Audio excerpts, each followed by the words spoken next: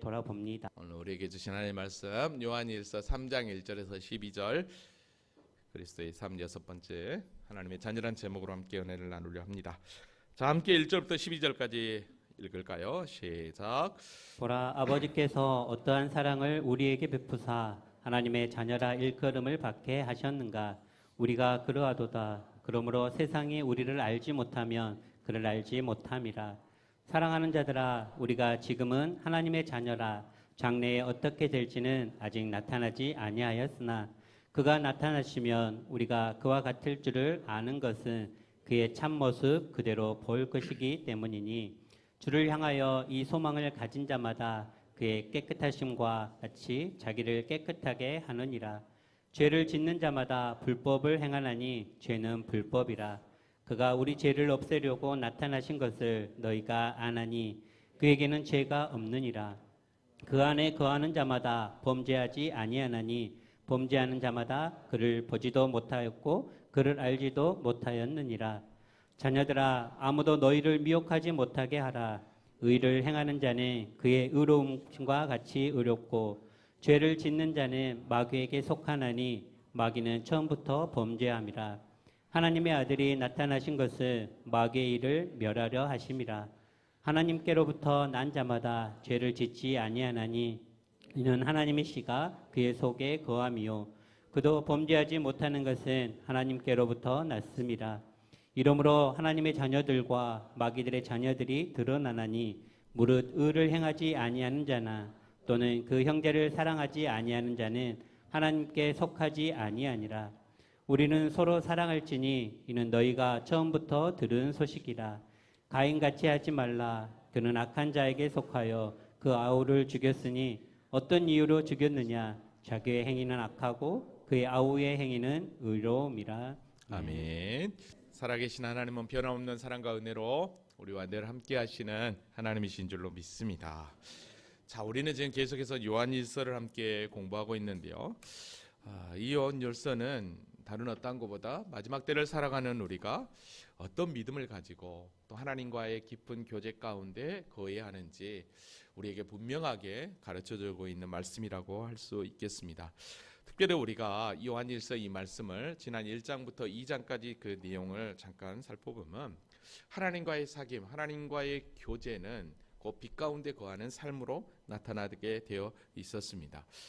그래서 이제 3장부터 다시 시작되는 오늘 본문의 말씀은 그 빛 가운데 거하는 그 삶, 즉 하나님과 교제하는 삶은 어떤 삶으로 연결되는가, 진짜 그리스도의 삶은 어떤 건지를 다시 한번 더 소개하고 있다라고 할 수 있습니다. 왜냐하면 왜 이렇게 사도 요한이 계속해서 하나님과의 교제, 빛 가운데 거하는 삶, 또 그리스도의 삶을 자꾸만 얘기하냐면 우리가 잘 아는 대로 그 당시에 가장 대표적인 이단인 영주주의 이단이 교회에 들어와서 교회와 성도들을 계속해서 흔들렸기 때문입니다. 그러니까 믿음은 흔들려 놓으니까 그 믿음을 통해서 나타나는 삶까지도 또 흔들려 버리는 거죠. 그래서 너희가 정말로 믿음을 아느냐? 너희가 정말 구원을 받았느냐? 그렇다고 한다면 너희는 정말 이런 삶이 너희에게 있어야 되는 거야 라고 하는 것들을 누구보다도 예수님과 동고동락했던 이 요한이 잘 알고 있었기 때문에 삶으로서 자신이 그를 나타내 보여주고 있다라고 할 수 있겠습니다. 자, 그러면 지난 시간 말씀을 잠깐 살펴보고 오늘 본문으로 들어가 보도록 하겠습니다. 마지막 때가 되면 많은 적그리스도들이 출현한다라고 그랬습니다. 이건 사도 요한이 그렇게 표현했던 거죠. 그래서 우리가 적그리스도라고 했을 때 그 적그리스도의 뜻은 크리스토스라고 말로 그리스도를 대항하는 자라는 뜻이었습니다. 그러니까 그리스도를 가장해서 그리스도를 대항하는 가짜 그리스도, 자기가 진짜 메시아라고 얘기하는 가짜들이 적그리스도라고 그랬습니다. 뿐만 아니라 성경에서 마지막 때라고 얘기했을 때는 물리적인 어떤 시간, 우리가 알고 있는 이 자연적인 시간이 아니라 성경은 하나님께서 어떤 마지막 때를 얘기할 때는 어떤 사건, 어떤 인물을 통해서 마지막 때가 되었다라고 계시를 한다라고 그랬습니다. 그래서 그 중심에는 바로 예수님이셨죠. 그래서 예수님과 예수님의 초림과 예수님의 그 재림, 그 시기를 우리는 마지막 때라고 성경은 이야기한다라고 그랬습니다. 그래서 이거를 이야기할 때 이미와 아직의 관계를 여러분들에게 소개를 했었습니다. 자, 이게 무슨 얘기냐면 이미 우리는 예수 그리스도의 십자가의 구속의 은혜로 구원을 받았지만 그러나 아직 완전한 구속이 이루어지지 않았기 때문에 그 완전한 구속은 우리 주님의 재림에 돼야 되기 때문에 이 초림과 이 재림의 그 사이가 바로 뭐냐? 마지막 때라고 하는 것이었죠. 그러니까 저와 여러분이 마지막 때를 지금 살고 있는 것이죠. 그렇지만 우리 주님이 오시는 것은 우리가 아무도 모르니까 늘 이 종말 신앙으로 살아야 하는 게 오늘 우리의 신앙이라고 그랬습니다. 그래서 이 마지막 때 등장하는 이 적그리스도의 특징, 그게 지난 시간 공부했던 내용인데 그게 그 당시 이단이었던 영주주의자들의 특징이었고 지금의 이단들의 모습이었던 것을 보게 됩니다. 그 첫 번째가 뭐였냐면 바로 그리스도인들과의 정상적인 교제를 끊게 하는 거였어요. 그 다음에 성경의 교리를 부인하게 하고 예수 믿는 성도들을 미혹하게 하는 게 그 당시의 영주주의자들, 적그리스도들이 나타나서 행하는 그런 모습이었던 것을 보게 됩니다. 자, 그러니까 우리가 하나님 안에 온전히 거하는 자는, 즉 하나님의 자녀라고 한다면 끝까지 그 안에 거하는 거죠. 그 안에 거한다는 것은 교회 안에 거하는 것이고 하나님과 사귐이 있고 하나님과 교제가 있고 그 교제 가운데서 하나님의 사랑이 나타나는 거였어요. 그렇지만 그 안에 거하지 않고 우리에게 나갔기 때문에 그들은 다른 삶을 산다라고 할 수 있는 것이죠. 여기서 그들이 우리에게 나갔다라고 그랬어요. 여기서 나갔다는 것은 분리되었다라는 뜻을 가지고 있다고 그랬어요. 그래서 첫 번째 적그리스도의 특징은 교회와 성도와의 그 연합, 교제를 못하게 하는 분리된 삶을 살게 한다라는 게 이 적그리스도의 특징이라고 그랬습니다. 자, 그러나 우리는 그 안에 온전히 거하고 있었기 때문에 우리는 성령을 통해서 온전히 인도함을 받아 하나님의 모든 복음을 잘 알고 있다고 그랬어요. 그러니까 교회 안에 그리스도 안에 머무른 자는 말씀이 무엇인지, 예수가 누군지, 우리가 왜 구원을 받았는지, 진리가 무엇인지를 바로 아는 진짜 성도라고 그랬습니다. 그래서 이 사도 요한이 이렇게 요한 1서를 쓴 이유는 다른 게 아니었습니다. 너희가 진리를 알지 못하기 때문이 아니라 알기 때문이다. 자, 이 얘기는 무슨 얘기일까요? 진리 안에 너희가 진짜 행하고 있는가, 바른 믿음 가운데 있는가를 확인하기 위해서. 왜? 그 당시에 가짜와 진짜가 너무 많이 판을 쳤기 때문인 것이죠. 그래서 영주주의자들의 그 가르침은, 그 당시에 적그리스도의 가르침은 다른 게 아니었습니다. 거짓말하는 자로 예수께서 그리스도의 심을 부인하고 그 다음에 아버지와 아들을 부인하는 자들이 바로 적그리스도요, 그 당시에 이단들이 주장했던 것이라고 할 수 있겠습니다. 자, 그러니까 적그리스도의 특징, 교리를 부정하는 거였죠. 그러니까 지금도 이단들은 하나님 말씀 교리를 부정하고 있는 것입니다. 똑같이 적그리스도의 모습으로 가고 있는 걸 보게 됩니다. 그래서 사도 요한이 요한일서 2장 23절에 이렇게 고백했습니다. 아들을 부인하는 자에게는 또한 아버지가 없으되 아들을 시인하는 자에게는 아버지가 있다라고 그랬습니다. 자, 그래서 마지막 때를 살아가는 우리가 적그리스도의 미혹에 빠지지 않고 바른 신앙에 온전히 거하기 위해서는 어떻게 해야 되느냐? 처음 들은 것을 너희 안에 거하게 하라. 처음 들은 것은 사도들을 통해서 증거된 복음의 말씀, 즉 여러분들이 예수 그리스도를 처음 믿을 때 받았던 그 구원의 그 말씀을 온전히 지키고 있으라는 것입니다. 왜? 처음 들은 것을 너희 안에 거하면, 들은 것이 너희 안에 거하면 너희가 아들과 아버지 안에 온전히 거하게 되는 그 영광을 누리게 된다라고 그랬습니다. 그 아버지와 아들 안에 온전히 거하는 그 영광의 결과는 뭐냐? 그게 바로 영원한 생명, 영생이었음을 우리가 분명하게 깨달을 수 있었죠. 자, 그래서 여전히 세상은 미혹하는 자들이 있다라고 그랬습니다. 그래서 내가 너희들 결코 미혹되지 않도록 이렇게 썼다라고 분명히 이야기를 했어요. 그래서 요한일서 2장 27절에 이렇게 이야기했습니다. 너희는 주께 받은 바 기름 부음이 너희 안에 거하나니 아무도 너희를 가르칠 필요가 없고 오직 그의 기름 부음이 모든 것을 너희에게 가르치며 또 참되고 거짓이 없으되 너희를 가르치신 그대로 주 안에 거하라. 성령께서 여러분들을 깨닫게 하시고 알게 하시고 가르쳐 주신 대로 온전히 그 안에, 교회 안에, 말씀 안에 거하라고 권면했던 것을 보게 됩니다. 왜냐? 왜 우리가 이렇게 말씀 안에 거해야 되느냐? 왜 적그리스도의 유혹에 빠지지 않고 이 안에 거해야 되느냐? 그건 다른 게 아니었습니다. 28절에 보니까 자녀들아 이제 그 안에 거하라. 왜? 이는 주께서 나타나신 바 되면, 즉 주님이 재림할 때가 되면 그가 강림하실 때 우리로 담대함으로도 그 앞에 부끄럽지 않게 하려 함이라. 주님 앞에 부끄럽지 않는 모습으로 서기 위하여 우리가 그 안에 온전히 거해야 된다라고 함께 공부했었습니다. 그러면서 마지막 29절에 이렇게 여운을 남겼어요. 너희가 그가 의로우신 줄 알면 의를 행하는 자마다 그 안에 난 줄을 알리라. 그러니까 너희는 의를 행하는 자라는 것입니다. 왜? 우리 주님이 의를 행하는 분이셨기 때문에. 그래서 의를 행하는 삶은 어떤 삶인가? 그게 이제 3장으로 넘어오면서 진짜 하나님과의 교제, 사귐이 있는 자는, 빛 가운데 거하는 자는 다 이런 삶을 살아야 된다라고 말씀을 하고 있는 것이죠. 여러분, 그러니까 진짜 성도가 하나님의 자녀가 되었다고 한다면 그 삶은 어떤 삶인지를 우리에게 분명하게 이야기하고 있습니다. 자, 미리 오늘 본문을 그러면 전체적으로 한번 딱 정리를 해보면, 정말 의를 행하며 그 안에 거하는 자는 어떤 삶을 살아야 되느냐, 그 질문이 오늘 본문의 질문인데, 그 믿음에 거하는 자는 첫 번째로 예수가 육체로 오신 그리스도인지 구원자인지 너 정말 확신하냐? 믿느냐? 그 질문이에요. 뿐만 아니라 그리스도인이 됐다면 이제는 의를 행하기에 힘써야 되지 않겠니? 세상과 타협하지 않고. 또 의를 행하는 데 있어서 진짜 그리스도인이라면 너에게 진정한 열매가 나타나는데, 그게 뭐냐? 바로 형제 사랑이야 라는 게 오늘 우리가 함께 묵상했던 1절부터 12절까지 말씀이라고 할 수 있습니다. 자, 그렇다고 한다면 이런 질문을 던지면서 오늘 본문을 한번 들어가면서 우리의 신앙이 정말 내가 하나님의 자녀가 맞는가, 그리고 하나님의 자녀된 나는 어떻게 살아야 될 것인지 한번 발견해 보도록 하겠습니다. 자, 그러면 오늘 본문으로 한번 들어가 볼까요? 자, 1절 말씀 같이 한번 읽겠습니다. 자, 시작. 보라, 아버지께서 어떠한 사랑을 우리에게 베푸사 하나님의 자녀라 일컬음을 받게 하셨는가.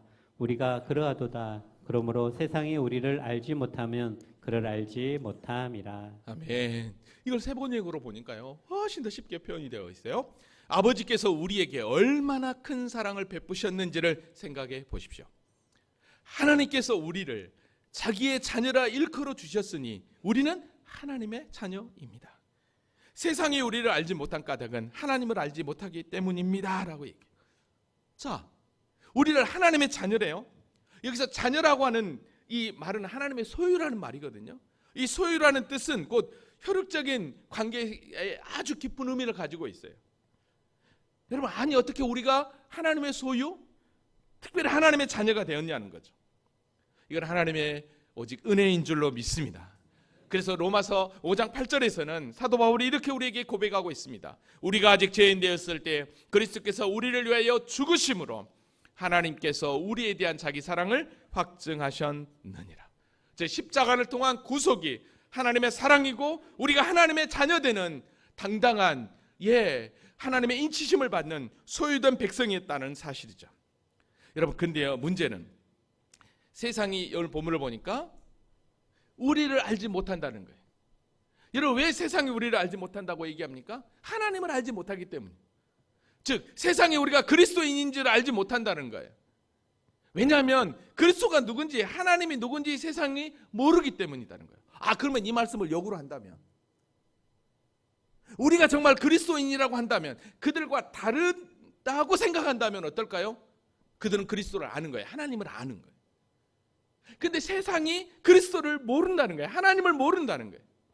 우리를 모른다는 거예요. 그러면 결국은 우리의 삶에 문제가 있는 것이고, 또 그들에게는 하나님의 강권적인 은혜가 임하지 않기 때문인 것을 우리가 발견하게 됩니다. 근데요, 하나님을 아는 건 그냥 되는 게 아니에요. 하나님의 은혜가 임하지 않으면 절대로 안 된다는 거 여러분 아십니까? 여러분, 예수님도요, 우리에게 어떤 말씀을 하셨냐면, 요한복음 15장 18절에 보니까 세상이 너희를 미워하면 너희보다 먼저 나를 미워한 줄 알라. 너희가 세상에 속하였으면 세상이 자기 것을 사랑할 것이나 너희는 세상에 속한 자가 아니요 도리어 내가 너희를 세상에서 택하였기 때문에 세상이 너희를 미워하느니라. 세상이 우리를 미워하는 이유도 또 한 가지는 구별된 존재가 되었기 때문에 우리를 미워하게 된다는 것입니다. 여러분, 그래서 사도 바울도 우리에게 이런 말씀을 했어요. 육에 속한 사람은 하나님의 성령의 일을 받지 아니하나니 이는 그들이 그에게는 어리석게 보이며 또 그는 그것을 알 수도 없나니. 그렇죠. 예수 믿는 우리의 삶이 어리석게 보일 뿐인다라는 것입니다. 그러나 분명한 것은 오늘 저와 여러분이 세상이 우리를 인정해 주지 않아도 천지 만물을 지으신 그 전능하신 하나님이 우리를 당신의 자녀 삼아 주시고 우리를 인정해 준다라는 사실 하나만으로도 우리는 감사하며 주님 앞에 더 겸손히 엎드려야 될 줄로 믿습니다. 그래서 오늘 보면 2절을 보니까 이렇게 얘기합니다. 사랑하는 자들아, 우리가 지금은 하나님의 자녀라. 우리가 하나님의 자녀라는 거예요. 믿습니까? 오늘 저와 여러분은 하나님의 자녀된 줄로 믿습니다. 그래서 자녀가 되었는데 오늘 본문을 보니까 뭐라고 얘기합니까? 장래에 어떻게 될지는 아직 나타나지 아니하였으나, 장래에 어떻게 될지는 앞으로 미래를 이야기해요. 아직 미래는 분명하게 나타나지 아니하였으나 그가 나타나시면 즉 주님이 재림하시면, 주님이 다시 오시면 우리가 그와 같을 줄 아는 것은 그의 참모습 그대로 볼 것이기 때문이다 라고 이야기합니다. 자, 이게 무슨 얘기냐라는 거예요. 여러분, 여기는 아까도 얘기했죠. 이미와 아직의 관계입니다. 무슨 얘기냐면 성도는 이미 구원받은 하나님의 자녀입니다. 의롭게 되었습니다. 아멘이죠. 그러나 아직 우리의 구원이 완성되지 않았기 때문에 완전한 의인이 되는 것은 그 나라 갈 때에 완성이 되는 것입니다. 자, 그러니까 여기서 그 얘기를 하는 거예요. 장래에 어떻게 될지는 아직 나타나지 아니하였으나, 왜? 그 나라 가야 분명하게 우리의 모든 것들이 완성이 되니까. 그래서 그가 나타나시면, 즉 주님이 재림하시면 우리가 그와 같은 줄을 아는 것은, 우리가 그와 같다는 건 뭐예요? 우리도 예수님과 같은 모양으로 된다라는 것입니다. 예수님과 같이 된다라는 것입니다. 즉 의로운 영광스러운 존재로 된다라는 것입니다. 아멘입니까? 그리고 나서 어떡합니까? 그의 참모습, 예수님이 어떤 분이신지를 그때 가서는 분명히 본다는. 여러분, 예수님이 하나님의 아들이셨지만 인간의 몸으로 왔을 때는 우리는 그를 무시하고 그를 믿지 않았습니다. 그러나 그 하늘 아래서 갔을 때는 그분의 하나님 되심의 그 영광 앞에서는 감히 얼굴을 들 수 있겠냐는 거죠. 그러나 그 나라에 주님 다시 재림하시고 우리가 그 나라에 갔을 때는 진짜 예수님이 어떤 분이신지를 분명히 알게 될 거라는 거예요. 여러분, 예수님의 모습이 어떤 모습이었습니까? 예수님은 이미 공생의 사역 가운데 변화산에서 당신의 모습을 보여주었습니다. 그들 앞에서 변형되자 그 얼굴이 해같이 빛나며 옷이 빛과 같이 휘어졌더라. 이게 예수님의 영광스러운 모습이에요. 오늘 저와 여러분도 그렇게 변화될 거예요. 왜냐하면 성경이 얘기하고 있으니까. 사도 바울은요, 이렇게 우리의 변화될 모습을 이렇게 빌립보서 3장 21절에 얘기합니다. 그는 만물을 자기에게 복종하실 수 있는 자의 역사로 우리의 낮은 몸을, 우리의 연약한 몸을, 우리의 부끄러운 몸을 자기 영광의 몸의 형체와 같이 변하게 하시리라. 아멘. 이게 저와 여러분의 존재입니다. 그러니까 성도는 이미 구원받은 하나님의 은혜 받은 존재지만, 그러나 아직 주님이 재림하지 않았기 때문에 주님의 재림과 함께 우리는 완전한 주님처럼 영광의 그 변형된 모습으로 그 나라를 소망하게 된다라는 것입니다. 할렐루야. 그래서 우리는 그 날을 소망하면서 믿음으로 나아가는 것입니다. 그래서 사도 바울은 고린도전서 13장 12절에 이렇게 얘기합니다. 우리가 지금은 거울로 보는 것 같으면 분명하게 보이지 않아요. 선명하게 보이지 않아요. 그러나 그때에는 주님 재림과 함께 영광된 몸으로 변화되어 그때 그 나라에 갔을 때는 얼굴과 얼굴을 대하여 볼 것이요. 지금은 내가 부분적으로 하나, 그렇죠, 지금은 말씀을 통해서 완전하게 인식은 안 돼요. 그러나 이런 모습이구나, 예수님이 보여주셨기 때문에 그 모습대로 되는구나, 부분적으로 안다라는 거예요. 그런데 그때에는 주께서 나를 아는 것 같이 내가 온전히 다 알게 되는 거예요. 여러분, 그러니까요, 아직 우리는 이미 구원받은 하나님의 자녀지만, 그러나 아직 그 영광의 그 자리에는 이르지 않았기 때문에 그 영광에 이르게 된다면 내가 온전하게 되어 모든 것을 알게 된다는 거예요. 이게 얼마나 큰 축복입니까? 할렐루야. 이게 예수 믿는 자에게 주는 천국 소망인 줄로 믿습니다. 여러분, 그래서 초대교회 성도들뿐만 아니라 앞선 믿음의 선진들이 그 어떤 환난과 핍박에서도 믿음을 지킨 이유가 바로 여기에 있는 것입니다. 그 나라, 아직은 희미하게 보이지만 그러나 그때 주님을 만날 그때를 소망하며 믿음으로 나아갔던 것입니다. 여러분, 왜 사도 바울이 우리의 이 영광스러운 미래의 모습을 여기서 사도 요한이 여기서 이야기하는 줄 아십니까? 그건 다른 게 아니었어요. 또 영지주의하고 또 연결이 돼요. 그 당시의 영지주의자들의 주장은 그들이 영적인 것을 깨달으면 그들은 즉각적으로 어떤 생각을 했냐면 자신들이 완전한 자로 이제 변화된다고 생각했던 거예요. 주장했던 거예요. 완전한 자로 변화되는 건 여러분 이 땅에서 인간이 완전할 수 있습니까? 늘 우리는 실수투성이잖아요. 근데 그 나라에 가야만이 완전한 자가 되는데 완전한 자가 된다라고 얘기했기 때문에 우리는 이미 완전한 자가 되었으니까 이 땅에서 죄를 지어도 오케이 그랬던 거예요. 그러니까 이게 심각한 오류를 가져왔던 거죠. 그래서 이 얘기를 하고 있는 것입니다. 그래서 오늘 보면 3절에 이렇게 얘기합니다. 주를 향하여 이 소망을 가진 자마다, 이 소망 무엇입니까? 주님의 재림과 변형될 그때를 기억하며 믿음으로 나아가는 자, 소망을 가진 자마다 뭐예요? 그의 깨끗하신과 같이 자기를 뭐한대요? 깨끗하게 하느니라. 할렐루야. 주님이 깨끗하신과 같이, 즉 주님이 죄가 없으신 모습으로 오신 것 같이 우리도 동일하게 주님의 모습을 닮아가야 한다라는 것입니다. 할렐루야. 그래서 그의 깨끗하신과 같이 자기를 깨끗하게 하느니라 라고 그랬습니다. 이게 그리스도의 삶인 것입니다. 여러분 자신을 깨끗하게 한다는 건 다른 게 아닙니다. 죄된 행실이나 또 선을 알면서도 행하지 않는, 그리고 거짓된 신앙생활에서 온전히 돌아서는 게 바로 뭐냐면 자기를 깨끗하게 하는 것입니다. 그래서 마지막 때를 살아가는 우리는 바로 그의 깨끗하심, 주님이 깨끗하심, 주님이 순결하심 같이 오늘 저와 여러분도 순결한 모습으로 나아가야 된다는 것이죠. 할렐루야. 그래서 고린도전서 7장 1절에 이렇게 얘기합니다. 그런즉 사랑하는 자들아, 이 약속을 가진 우리는, 조금 전에 얘기했던 천국 소망을 가진 우리는 하나님을 두려워하는 가운데서 거룩함을 온전히 이루어 육과 영의 온갖 더러운 것에서 자신을 깨끗하게 하자라고 분명하게 이야기를 합니다. 그러니까 예수 믿는 자의 삶은 바로 거룩을 향해 달려가는 삶입니다. 자, 그러면 예수님처럼 저와 여러분이 거룩을 향해 나아갈 때 육과 영의 더러운 것에서 나를 깨끗하게 하는, 즉 거룩함으로 온전히 이루는 방법이 뭘까요? 온전함을 이루는 일들이 뭐겠냐는 거예요. 성경은 우리에게 분명하게 이야기합니다. 디모데전서 4장 5절 같이 읽어보겠을까요? 시작. 하나님의 말씀과 기도로 거룩하여 짐이라. 아멘. 우리의 거룩은 하나님의 말씀과 기도인 줄로 믿습니다. 말씀은 그러는데 기도는 왜 그럴까라고 하겠지만 여러분 보세요. 기도는요, 우리가 기도를 하다 보면 내가 얼마나 연약한 존재이고 내가 얼마나 부족한 존재인지를 아는 게 기도의 자리입니다. 여러분 말씀은요, 어떤 분이 그런 얘기를 해요. 심령의 거울이라고. 말씀을 가까이 하면 할수록 어떡합니까? 그 말씀을 통해서 거울처럼 내 모습을 비춰보게 되는 것입니다. 그리고 그 말씀은 나의 모습을 비춰볼 뿐만 아니라 나를 바른 길로 가도록 교훈하고 있다는 것입니다. 어떤 분들은 예수를 믿으면서도 말씀을 묵상하고 믿음 생활 잘한다고 했지만 그 말씀이 머리에만 머무는 성도가 있습니다. 가슴으로, 손발, 삶으로 나오지 않는다라는 거예요. 이게 문제인 거죠. 여러분 말씀의 능력은 머리에서만 있는 게 아닙니다.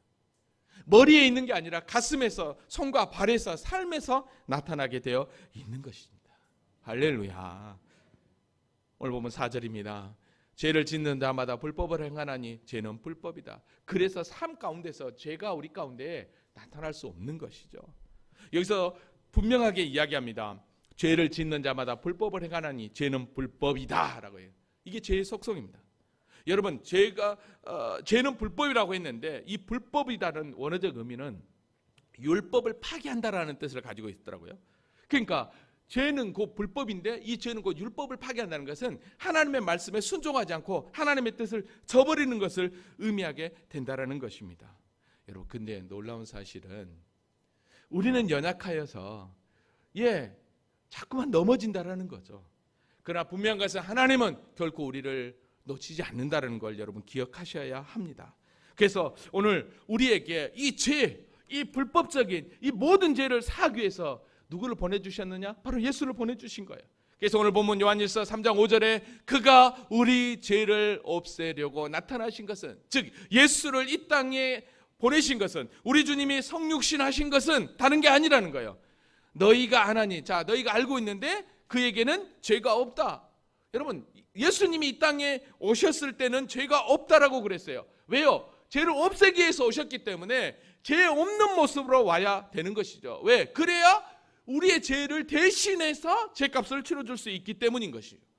여러분, 예수님이 죄 없는 모습으로, 무죄한 모습으로 이 땅에 오신 이유, 그 유익이 뭔지 아십니까? 그건 다른 게 아닙니다. 첫 번째는 당신이 무죄해야만이 우리 인간의 완벽한 죄를 사할 수 있기 때문인 거예요. 여러분, 그래서 하나님의 공의는요, 그 당신의 그 공의의 심판대에서는 그 누구도 그 죄 앞에서는 다 죽을 수밖에 없는 존재입니다. 그래서 인간을 구속하기 위하여 우리 주님이 친히 완벽한 인간으로 오신 것입니다. 그러니까 완벽한 인간으로 오시고 또 모든 인류를 대표해야 되기 때문에 인간보다 더 나은 존재인 하나님 당신이 친히 이 땅에 오신 것입니다. 무죄한 당신이 이 땅에 오셔서 그래야 당신이 우리의 죄를 대신해서 완벽한 화목제물이 되어줄 때 우리가 구속함을 얻게 되는 것이죠. 이게 예수님이 무죄함으로 말미암아 우리에게 주신 은혜인 거예요. 뿐만 아니라 예수님이 무죄한 모습으로 이 땅에 오신 것은 다른 게 아니에요. 바로 마귀의, 이 불법적인 마귀를 멸하기 위해서 우리 주님께서 오신 거죠. 왜? 마귀는 죄 가운데 거하는 자니까 죄 없는 당신께서 친히 그 죄를 멸하시기 위해서, 즉 마귀를 멸하시기 위해서 우리에게 오신 것이죠. 뿐만 아니라 예수님께서 무죄하신 것은 다른 게 아니에요. 주님께서 바로 마귀를 물리치실 것처럼, 즉 죄를 밟아버린 것처럼 오늘 동일하게 우리에게도 그런 죄를 이길 수 있는 힘을, 마귀를 물리칠 수 있는 능력, 승리를 주기 위해서 우리에게 오신 거라는 거예요. 이게 바로 예수님이 무죄한 모습으로, 죄 없은 모습으로 오신 하나님의 은혜라는 것입니다. 여러분, 그래서요, 성경은 예수님이 죄 없이 오셨다고 무수히 많은 곳에서 증명하고 있습니다. 특별히 히브리서 기자는 우리에게 있는 대제사장은, 즉 예수님을 얘기하죠. 우리의 연약함을 동정하시 못하실 리가 아니요. 그렇죠. 인간으로 오셨으니까 우리의 연약함을 다 채울하시는 거예요. 모든 일에 우리가 똑같이 시험을 받으시는 이로되 죄는 없다라고 분명히 이야기를 합니다. 그래서 고린도후서 5장 21절에는 하나님이 죄를 알지도 못하신 일을, 죄를 전혀 알지도 못한 일을 우리를 대신하여 죄로 삼으신 것은 우리로 하여금 그 안에서 하나님의 의가 되려 하심이라고 분명히 얘기합니다. 그래서 우리 주님의 십자가의 대속은 우리를 향한 온전한 희생 제물이었다라는 사실이죠. 그래서 히브리서 기자는 이렇게 얘기합니다. 제사장마다 매일 서서 섬기며 자주 같은 제사를 드리되 이 제사는 언제나 죄를 없이 하지 못하고, 제사는 드렸지만 이 제사는 온전히 죄를 없이 하지 못했어요. 근데 오직 그리스도는, 예수님의 십자가는 죄를 위하여 한 영원한 제사가 되었다라는 것입니다. 아멘입니까? 그러니까 예수님이 이 땅에 우리에게 오신 목적은 죄를 용서하기 위함뿐만 아니라 죄에 대한, 사단에 대한 승리를 우리에게 주시기 위하여 이 땅 가운데 무죄한 모습으로 우리에게 오신 것입니다. 할렐루야. 그래서 오늘 본문 6절에 이렇게 얘기하는 거예요. 그 안에 거하는 자마다 범죄하지 아니하나니. 왜요? 예수님은 죄 없는 모습으로 오셨으니까. 그래서 죄 없는 모습으로 오셨고 그 죄를 이길 수 있는 승리를 우리에게 주셨기 때문에 우리가 그 안에 거할 때 어떡합니까? 죄를 범할 수 없는 거예요. 죄를 이길 수 있는 거예요. 죄를 범하는 자마다 그를 보지도 못하고 그를 알지도 못한다라고 이야기를 합니다. 그러니까 하나님과의 사귐, 깊은 교제는 우리가 죄의 길로 가는 것을 하나님이 차단시켜 주는 것입니다. 그래서 그리스도 안에 있어야만이 나도 모르게 상습적이고 자동적인 그런 습관적인 그 죄를 끊을 수 있는 힘이 있는 것입니다. 그래서 우리가 말씀 안에 거하는 게, 기도의 자리에 거하는 게 얼마나 중요하나 모릅니다. 여러분, 저와 여러분이 이 땅에 살아가면서 나도 모르게 습관적으로 나오는 그런 행동들, 죄들이 얼마나 많이 있습니까? 근데 그리스도 안에, 그 안에 거할 때 이게 차단될 수 있다는 것입니다. 왜냐하면 성령께서 나를 주장하고 있으니까, 말씀이 나를 교훈하고 있으니까, 기도가 나를 붙잡고 있으니까. 할렐루야. 오늘 보면 7절을 볼까요? 자녀들아, 아무도 너희를 미혹하지 못하게 하라 그랬어요. 명령했어요. 아무도 너희를 미혹하지 못하게 하라. 왜요? 아무도 너희를 미혹하지. 왜? 미혹되면 끝나는 것입니다. 의를 행하는 자는 그의 의로우심과 같이 의롭고, 그의 의로우심과 같이, 그의 의로우심이 바로 주님이 의로우십잖아요. 첫사람 아담과 하와를 유혹했던 것처럼 그 당시에 영주주의 이단들이 얼마나 성도들을 유혹했는지 몰라요. 그래서 너희들은 절대로 미혹돼서는 안 된다. 그의 의로우심과 같이 너를 의를 행하는 자가 돼서 진짜 그리스도인이 되어라. 그러면서 이렇게 이야기했어요. 오늘 8절에 보니까 죄를 짓는 자마다 마귀에게 속한다. 죄를 짓는 자는 마귀에게 속한다는 거예요. 왜? 마귀는 처음부터 범죄하면 처음부터 죄를 짓는 자였다는 거예요. 그러죠? 마귀는 처음부터 죄를 짓는 자였어요. 그래서 하나님의 아들이 나타나는 것은, 하나님의 아들이 누굽니까? 예수님이 나타나는 것은 바로 마귀의 일을 멸하라 하시라고 했어요. 마귀의 일을 멸하라. 죄를 멸하기 위해서, 죄를 끊기 위해서 우리 주님이 오신 거예요. 그러니까 우리 주님이 오신 것은 죄를 딱 사하시고, 그리고 다시는 죄 가운데 가지 않도록 죄를 온전히 끊기 위해요. 우리 주님이 우리에게 오신 것입니다. 여러분, 죄가 얼마나 무서운지 우리는 너무너무 잘 압니다. 주님 안에 거하지 않으면, 마귀에게 속하면 우리의 모습이 어떤 모습으로 갈지 우리는 글쎄요, 너무너무 잘 알아요. 하나님의 은혜가 우리를 붙잡지 않으면, 여러분, 저와 여러분이 습관적으로 짓는 그런 여러 가지들 얼마나 많이 있습니까?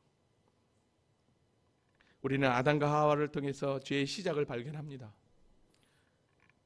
근데 그 죄의 시작이 얼마나 무섭게 시작이 됩니까? 그의 아들 가인을 통해서 분명하게 나타났죠. 가인을 통해서 나타났는데요, 그가 동생 아벨을 죽이고 하나님을 의지하기보다 하나님을 떠나요. 그리고 하나님을 떠나서 어떻게 합니까? 하나님 없어도 살 수 있다라고 하는 자신만의 성을 쌓고 살아갑니다. 여러분, 바로 이런 죄를 멸하기 위해서 우리 주님이 오신 것입니다. 마귀는요, 철저하게 하나님의 뜻을 거스르게 만듭니다. 근데 우리 주님의 십자가는 그 하나님의 뜻을 거스르게 만드는 그 죄를 끊어버린 것입니다. 그래서 바로 예수 그리스도가 우리에게 필요한 거고, 우리가 그 안에 온전히 거하는 삶이 필요한 것입니다. 그래서 사도 요한이 이렇게 오늘 결론을 내립니다. 9절에 하나님께로부터 난 자마다 죄를 짓지 아니하나니, 이제는 저와 여러분이 하나님의 자녀가 되었고 하나님으로부터 난 자가 되었으니까 죄를 짓지 아니하나니, 죄를 이제 짓지 않을 수 있는 존재가 되었다는 것입니다. 왜요? 이는 하나님의 씨가 그 속에 거함이요. 하나님의 씨. 여러분, 하나님의 씨, 하나님의 말씀이죠. 그 안에 거하기 때문에 죄를 짓지 않는 것입니다. 그도 범죄하지 못한 것은, 그도 범죄하지, 예수님도 범죄하지 않은 것은 하나님께로부터 났기 때문이다. 베드로전서 1장 23절에 이렇게 얘기합니다. 너희가 거듭난 것은 썩어질 씨로 된 것이 아니요 썩지 아니할 씨로 된 것이니 살아있고 항상 있는 하나님의 말씀으로 되었나니라. 말씀을 붙잡고 사는 것이 죄를 이기고 승리하는 길인 줄로 믿습니다. 여러분, 죄가 얼마나 무서운지 여러분 너무너무 잘 아시죠? 죄가 세상을 관영할 때 하나님은 인간 지은 것을 한탄하다고 그랬습니다. 창세기 6장에 가보면 노아 방주 홍수 사건이 9장까지 기록되어 있습니다.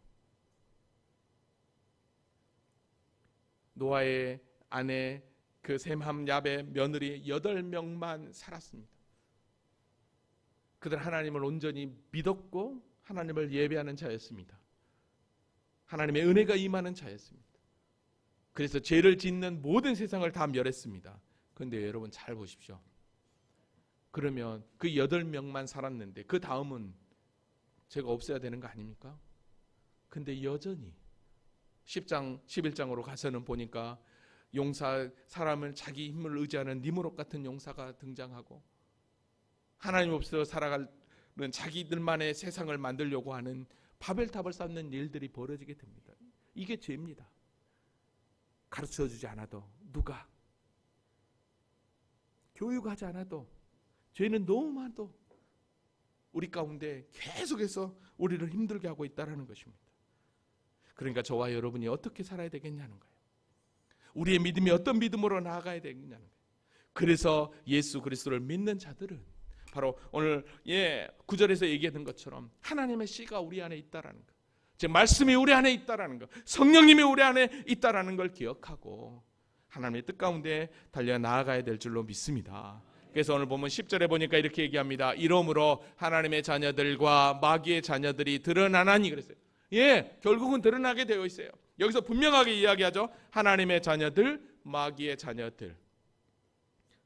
근데 하나님의 자녀들과 마귀의 자녀들이 드러나는데 무릇 의를 행하지 아니하는 자나 의를 행하지 아니하는 자. 자, 그러면 의를 행하는 자는 하나님의 자녀겠죠? 그 마귀의 자녀들은요, 의를 행하지 아니하는 자겠죠? 그 다음에 두 번째, 그 형제를 사랑하지 아니하는 자는, 즉 그 형제를 사랑하는 자는 하나님의 자녀가 되겠죠? 그러면 그 하나님의 형제를 사랑하지 않는 자는 결국 무엇입니까? 마귀의 자녀가 되는 것이요. 하나님의 자녀와 마귀의 자녀는 분명하게 나와 있습니다. 그러니까 하나님의 자녀들은 의를 행하는 자, 즉 그리스도의 삶을 온전히 살아내는 자, 그리고 어떻게 합니까? 형제 사랑이 그 가운데 임하는 자. 그래서 오늘 보면 11절에 그렇게 얘기합니다. 우리는 서로 사랑할지니 이는 너희가 처음부터 들은 소식이라. 사랑. 교회는 건물이 아니라고 그랬습니다. 교회는 예수 그리스도를 주님으로 고백하는 사람들의 모임이 교회예요. 그래서 이 교회가 하나 될 수 있는 건 무엇이겠습니까? 다른 게 아니에요. 사랑밖에 없는 거예요. 초대교회가 얼마나 사랑으로 똘똘 뭉쳤는지 우리는 사도행전 2장을 통해서 발견하게 됩니다. 근데 여러분 그거 아세요? 조금 전에 제가 첫사람 아담과 하와를 통해서 제가 찾아왔을 때 그의 아들 가인을 통해서 나타났는데요. 여러분 보십시오. 그의 가인이 여기 보니까 뭐라 했냐, 분명히 여기서 뭐라 했냐면 하나님의 자녀 마귀들이 있는데 의를 행하는 자와 사랑하는 자가 하나님의 자녀고 마귀의 자녀들은 의를 행하지 않고 형제를 사랑하지 않는 자라고 그랬어요. 근데 그게 정확하게 누구에게 나타나지 않습니까? 바로 가인에게 나타나요. 그래서 오늘 보면 여러분 12절 같이 읽어보겠습니다. 자, 시작. 가인같이 하지 말라. 그는 악한 자에게 속하여 그 아이를 죽였으니 어떤 이유로 죽였느냐? 자기의 행위는 악하고 그의 아우의 행위는 의로움이라. 아멘. 가인같이 하지 말아요. 무슨 얘기입니까? 가인은 형제 사랑을 정면으로 도전한 거였어요. 근데 그가 지금 어디에 속했다고 얘기합니까? 그는 악한 자에게 속하여라고 그랬어요. 그도 악한 자에게 속했지만 그도 하나님을 예배하는 자였다라는 거예요. 똑같이 하나님 앞에 제사를 드렸잖아요. 근데 그의 행위는 악하고 그의 아우의 행위는 의롭다라고 그랬잖아요. 결국은 가인은 의를 행하지 않은 거예요. 그러나 아벨은 의를 행했다는 거죠. 똑같은 예배인데.